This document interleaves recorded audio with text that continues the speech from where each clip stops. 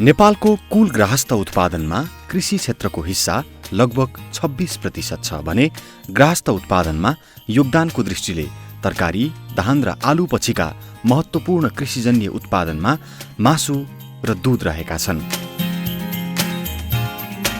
कृषि तथा पशुपन्छी विकास मन्त्रालयका अनुसार कृषि क्षेत्रको राष्ट्रिय आयमा मासुको हिस्सा 10.18% र दूधको हिस्सा 7.94% रहेको छ।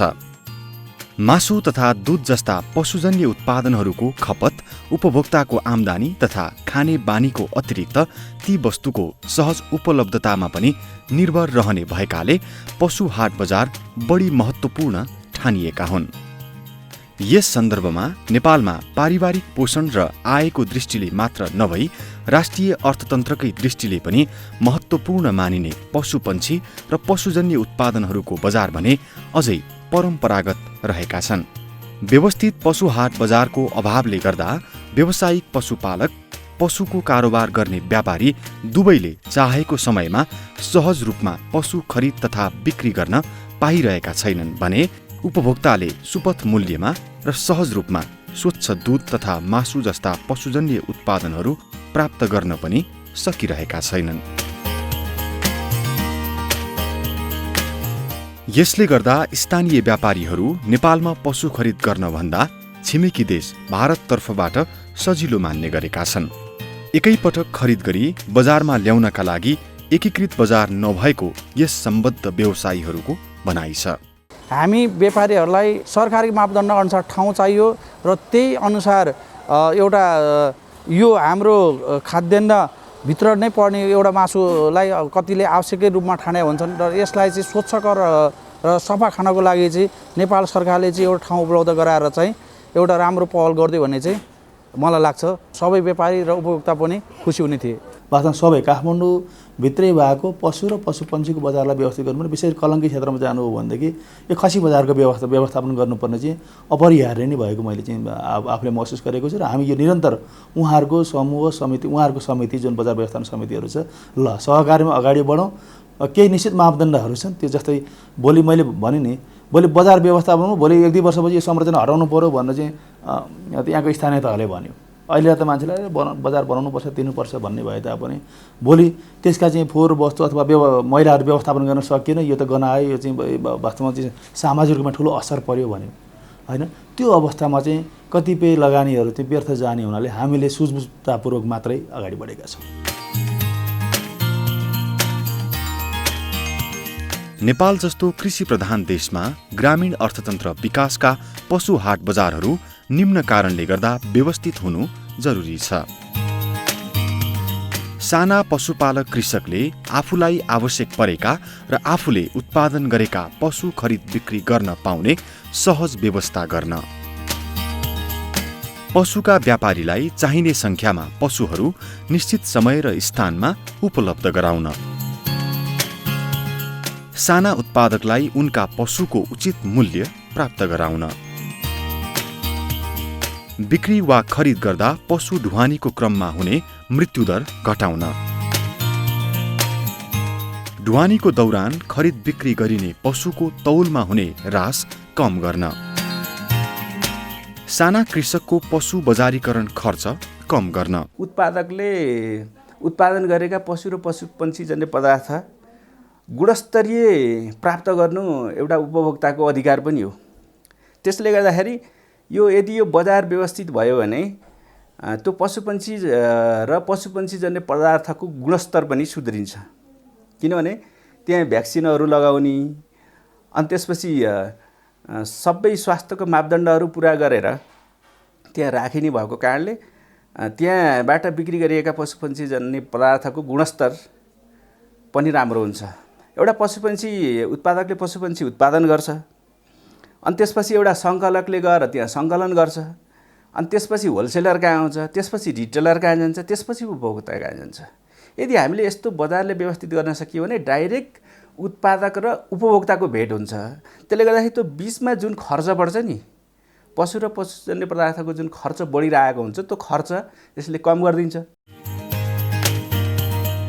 नेपालमा पशु र दूध बाहेकका पशुजन्य उत्पादनको बजारीकरण मूलतः निजी क्षेत्रको नियन्त्रणमा रहेको छ। पशु सेवा विभाग अन्तर्गतको साबिकको पशुपन्छी बजार प्रवर्धन निर्देशनालयको प्रकाशन अनुसार नेपालमा साना ठूला गरी जम्मा 176 पशु हाट बजारहरू सञ्चालन भइरहेकोमा अधिकांश बजारहरू गाउँ वा नगरपालिकाको स्वामित्वमा स्थापना भई ठेक्कामा निजी क्षेत्रद्वारा सञ्चालन भइरहेका छन् भने थोरै बजार निजी क्षेत्रको स्वामित्वका पनि छन्।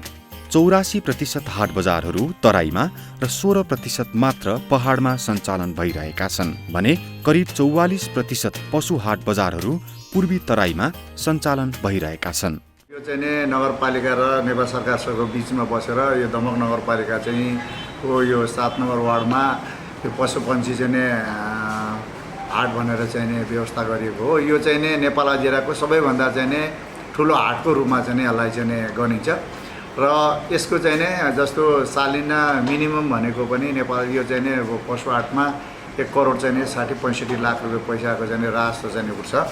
त्यही दृष्टिकोणले यसलाई चाहिँ नि एउटा व्यवस्थित रूपमा चाहिँ नि एउटा यो पशुहरूको जस्तो हस्पिटल सहित जस्तो यहाँ चाहिँ भेटनेरीहरू कुरा कतिपय चाहिँ पशुहरू आउँछन् त बिरामी भएर आउँछन्, यिनीहरूलाई चेक जाँच गर्नुपर्छ र चाहिँ नि यिनीहरूलाई चाहिँ कृषिको कुराहरूमा पनि उहाँहरूलाई चाहिँ यो के व्यवस्था गर्नुपर्छ भन्ने दृष्टिकोणले नेपाल सरकारसँग नगरपालिकाले कोअर्डिनेसन गरेर त्यसको लागि व्यवस्थापन गरिएको।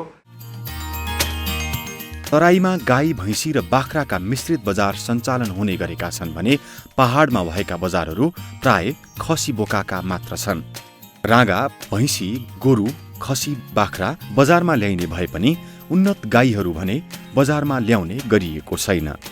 पोथी पशुहरूको खरिद बिक्री स्थानीय उपयोगको लागि मात्र गर्ने गरिएको छ भने देशभरकै बजारबाट भैँसी राँगा र खसी बोका काठमाडौँ पोखरा आदि ठूला बजारमा पुर्याइने गरिएको छ। सीमित संख्यामा गाई गोरु र बङ्गुर सीमावर्ती भारतीय बजारमा निर्यात हुने भए पनि यो नियमित र औपचारिक छैन।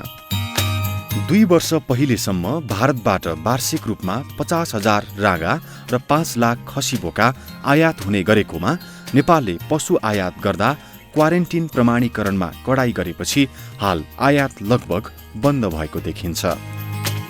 हाल सञ्चालित हाट बजारका केही प्रमुख समस्याहरू निम्नानुसार छन्। आधारभूत सुविधाहरू।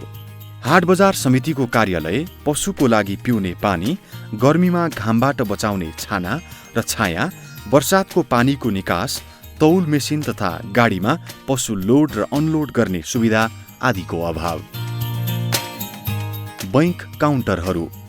बजारमा ठूलो रकमको कारोबार हुने भए पनि बजार स्थलमा बैंकका काउन्टरहरू नभएकोले सबै लेनदेन नगद रकममा हुने र नगद रकम बोक्ने व्यापारीहरू असुरक्षित हुने। बजार सूचना। विशेष गरी उत्पादक कृषक र स्थानीय विक्रेताले देशका अन्य ठूला बजारहरूमा पशुको प्रचलित मूल्यबारे जानकारी प्राप्त गर्ने प्रणाली नहुनु। अभिलेख तथा प्रमाणीकरण प्रणाली। बजारमा ल्याइने तथा बिक्री हुने पशुको अभिलेख तथा बजारमा बिक्री भएपछि अन्यत्र ढुवानी गर्ने क्रममा आवश्यक पर्ने प्रमाणपत्र दिने प्रभावकारी प्रणालीको अभाव।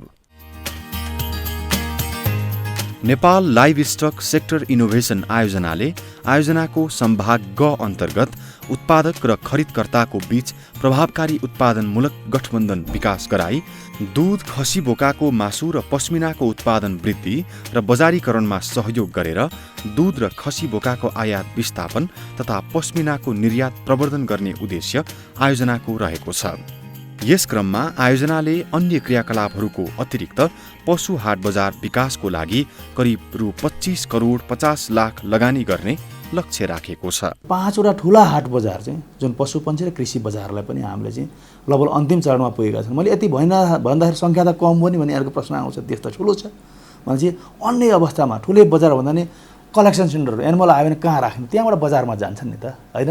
आवश्यकता अनुसार हामीले देशको विभिन्न स्थानमा कलेक्सन सेन्टर, यो चाहिँ हाम्रो विकेन्द्रीकृत आयोजना सहयोगी इकाइले नै वास्तवमा कहाँ बजार राख्ने त्यहाँको सम्भाव्यता अध्ययन गरिकन भनेको हुन्छ। त्यसको आवश्यकता हामी त्यसमा पनि उत्तिकै लचिला छौँ। त्यहाँ चाहिँ केही स्थानमा यो सम्पन्न भइसकेको छ। अहिले हामी निर्माणाधीन क्रममा भएको हुनाले मैले यहाँ सम्पन्न भयो भनेर यहाँलाई भन्न हामी चाहिँ क्रमिक रूपमा त्यो भन्दै जान्छु। भनेपछि अरू जति पनि हामी उत्पादनमुखी काम गर्छौँ त्यसको बजार सुनिश्चित सँगसँगै मात्रै लगानी गर्छौँ र सहकारी गर्छौँ भने जसले गर्दाखेरि हामीले चाहिँ बजारलाई एउटा महत्त्वपूर्ण किन लाइभस्टक बजार चाहिँ व्यवस्थित हुन सकेन भनेदेखि किसान उद्यमी अथवा व्यवसायी अथवा सहकारीमा रहनुभएका तमाम कृषक दाजुभाइ दिदीबहिनीहरूले उत्पादन गर्नुभएको जुन पशुजन्य पदार्थ बजारमा जान सक्दैन, पशुहरू बजारमा जान सक्दैनन् भन्ने किसिमले आयोजना संवेदनशील भएर लागेको अवस्था छ।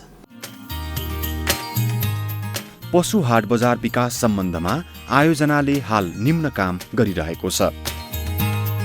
ठूला पशु बजार स्थापना गर्ने र सञ्चालनमा रहेका प्रमुख बजारलाई सुधार गर्ने, स्थानीय नगरपालिकाहरूसँगको सहकार्यमा रङ्गेली मोरङ, रत्ननगर चितवन, सियारी रूपन्देही र गुलरिया बर्दियामा रु 14 करोड 55 लाखको लगानीमा पशु हाट बजारहरूमा विभिन्न सुविधाहरू निर्माण गरी सुधार गरिरहेको छ। हामीसँग अहिले पशु व्यवसायमा अत्यन्तै फस्टाएको अवस्था छ। रत्नगर नगरपालिका र पूर्व चितवनको आज कुरा गरौँ भने चितवनको हकमा पशुपालन व्यवसाय राम्रो फस्टाएको कारणले र यहाँ बिचौलियाको धेरै बिक्री भएको कारणले गर्दाखेरि बिचौलियाको अन्त्य गर्ने हेतुका साथ हामीले त्यो हाट बजार सञ्चालन गर्दा खोजिरहेका छौँ र हाटबाट चाहिँ मलाई लाग्छ किसानहरूले चाहिँ भरपुर चाहिँ फाइदा लिनुहुनेछ, जसमा वस्तु विनिमय त्यहाँ हुनेछन् र बिचौलियाको अन्त्य हुनेछ र जति पनि चाहिँ बायर्स र सेलरहरू छ, कन्ज्युमर र चाहिँ प्रड्युसरको पनि बायर र सेलरको पनि त्यहाँ जमघट हुनेछ र आफ्नो ढङ्गले त्यहाँ चाहिँ बडो खुसीका साथ मोलमलाइ गरेर